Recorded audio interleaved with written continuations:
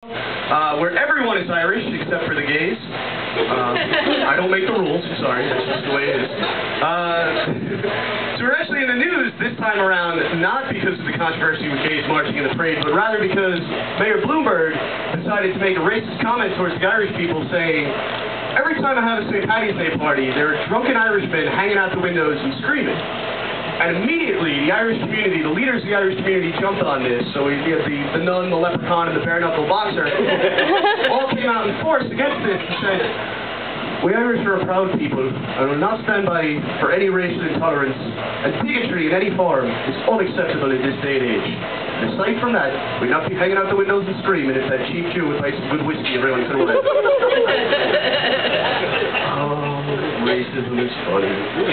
What else is going on? Alright, anybody here see the movie Black Swan? Woo! One person saw that movie. Alright. I hated that movie. I'm the one person who saw that movie and did not enjoy it at all. I saw it with a bunch of people, however, who were all dancers, who grew up as like dancers, and they said, no, that's how that movie really is. You know, you grow up and that overbearing stage mom is there, and there's those girls that'll, you know, stab you for a part, and that's what it's like. That movie spoke to me, and I was like, all right, I can see that logic, except I've never played golf, and Caddyshack is still a great fucking movie. I don't know about your logic there. I do enjoy movies. I saw a really good movie not too long ago called The Right Stuff. Has anybody seen this movie? The Right Stuff? Good movie. It's the movie about the first American astronaut to be launched into space. And it's actually a really good movie, but it's about 3.5 hours long. And at around hour 2, Alan Shepard is about to be launched into space, the first American up there. And it's kind of the culmination of this movie. It's the exciting point.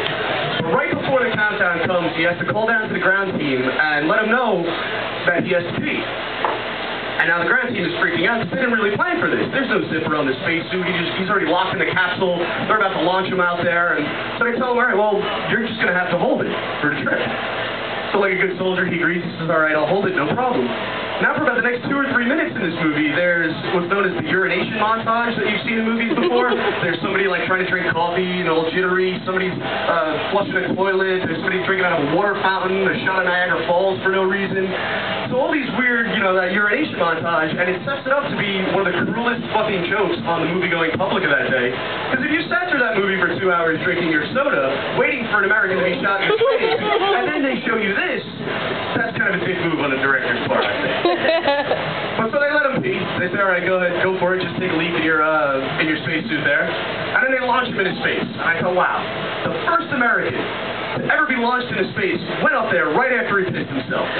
Now there's a hero for me. There's someone I can look up to. Because now I don't feel so bad when it happens when I'm waiting for the train. So let me ask you guys this. There's a lot of ads on TV today. I love this one. If you take an antidepressant, one of its side effects is increased thoughts of suicide. How do you know it's working? There used to be another side to that joke, but I actually watched that commercial again today, and I paid attention to the other side effects, and they're fucking hysterical. 4 of the side effects could kill you, 1 of the side effects could make you go blind, and 1 of the side effects, my absolute favorite now, is uncontrollable body movements. And it says, consult a doctor if you have uncontrollable body movements, because this may become permanent. So the next time you see a dude on the street, just freak it out. He's the happiest motherfucker you'll ever see. Remember that. If you see him next week and he's not moving, walk the other way. He's off his bed. Let me ask you guys this. How bad were things before sliced bread? There were a couple of guys sitting around going, it fucking sucks to be alive right now. This is the worst time to... Hey, what's Larry doing with that knife? And that little... Holy shit, he's cutting them into slices? This shit's gonna be epic. Somebody call the Earl sandwich. I got an idea. Alright. How uncomfortable do you think it was... I'm not gonna try and read on this anymore. It just keeps... There we go. How uncomfortable do you think it was the first time somebody tried to patent a sex doll? Standing there in the patent office with this surprised look on her face, you know. Guy has to ask, well, what does the doll do? Well, basically, you can fuck it and it'll never say no. Approved. Keep it coming. Oh, my. Let's see, here's something I don't want to talk about. I don't want to actually make a joke about what happened in Japan, because I know it's still a fucked up thing, but what I do want to make a joke about is the fucked up Americans and the religious right that's going around, and I don't want to get preachy on you, but there are people out there who actually say that what happened over there in Japan is God's wrath on Japanese people, which blew my mind, because I'm like, first off, either God's a dick or just has really bad aim, because I don't know, maybe my history is wrong, but I don't think we've ever actually gotten into an argument over religion with Japan.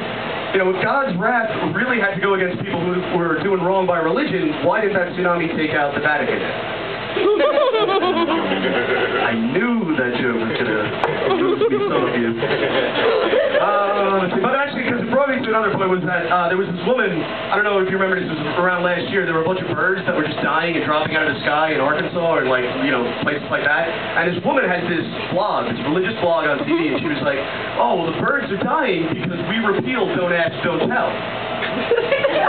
So her logic is God hates gays, kill birds. Fucking brilliant. All right. Well, my question to her was, they were actually killing, like, all the birds that were dropping out of the sky were starlings and sparrows. If God really hated gays, why didn't he kill peacocks? I don't know. All right. So they asked before if there were married people. How many people in here are single? Where are single people?